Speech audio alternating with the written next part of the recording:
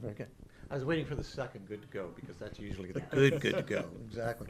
Hey, everybody, and welcome to AQ's Blog and Grill. We're really happy this morning to have Oli Gardner with us. Now, Oli is co-founder of Unbounce, which is based in Vancouver. Yes, it is. But is now kind of a global concern. I think your guys are going wall to wall. Yeah, I mean, we have customers in almost every country, and we got an office in Berlin and Montreal too. Wow, there you go. So Montreal, that's still part of Canada. So we're very excited about that. Yes, that was the first place we opened an office. Just if you can make it in Montreal, you can make it anywhere. Yeah, exactly. So Oli has just finished a fabulous presentation here at the Uberflip. Let me just check here. Content Experience, which is the 2017 version, and we've been promised a 2018, and we hope that Oli comes back for that. Now, Oli, you had some really interesting insight, a perspective, if you will, on design. Yeah. And what is design really meaning these days in terms of communications? It's problem solving. That's what it always has been, but we think of it as just graphic design or something like that. That's not how we should be thinking of it. Marketers treat designers like artists. They might well be, but that's not their functional role in a company, so we shouldn't, be saying, can you make it pretty? And what happens in marketing departments? Are they functional? Do they really get along, and do they produce great work?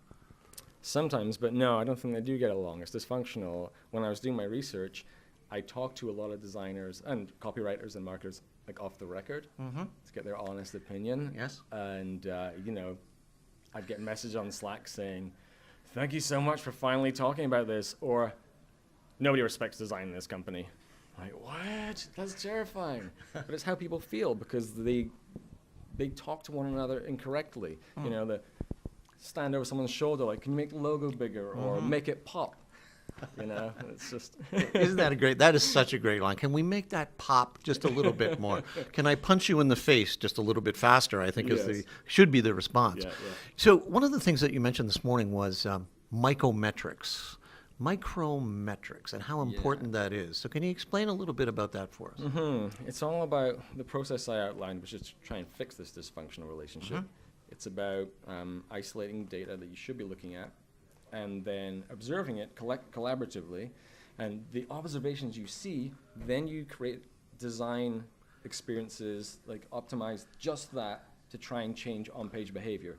And that's a micrometric. You measure that as well as the overall conversion rate. But it gives you insight into something a bit deeper. Because if the conversion rate doesn't go up, usually you might throw it away. But maybe it's winning in a different way. It's got better quality emails are being collected. Or people spend less time doing something because you've made it an easier experience. You have to measure those things as well. Right. So actually the measurement of behavior is becoming more and more important, and it's kind of ironic. It's the CFO kind of people that are saying, you're accountable now. Right. It's not just about attitude, about the brand. It's about behavior. And are you seeing a serious movement towards that, or is it still pretty slow? I think the sentiment is there, but often it's at the ground level. There's not always much senior understanding or buy-in for this kind of thing.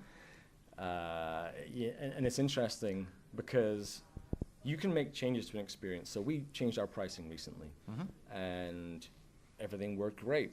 We started, our average revenue per user started going up, blah, blah, blah, all this positive mathematical signals.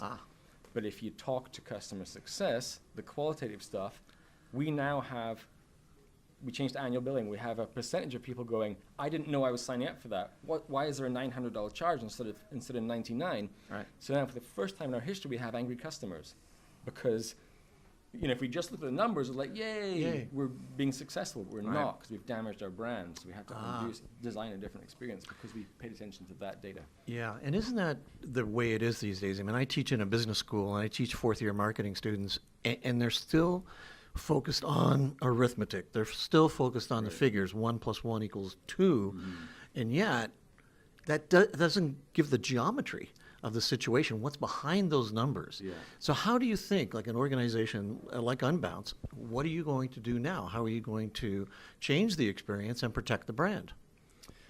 So for that, we immediately undid some changes. We changed the sign-up flow to say, hey, this is how much you are going to be billed, and allow people to change their mind back to monthly at that time. So the experiences we've already fixed that, and way fewer complaints, but we're still going to work on it because that was shocking to us because we're Canadian. We don't like to shock people. No, we don't like to have anyone complaining. Like we did a lot of apologizing. So it's about just being mindful of those things, and that comes from leadership. Like Rick was the person, our CEO, who spoke to people in sales and CS and said, "This is not okay." And it's the leadership to say, "We don't operate that way." Right.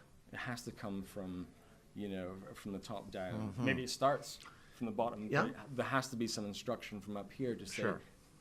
because we're a people-centric company, so if we're failing on that regard, if we create experiences like that. You know what? Every day is different. Every day is a new start, right? Even if you're culturally authentic, you got to keep checking and then correcting when you're not so aligned. So, interesting background.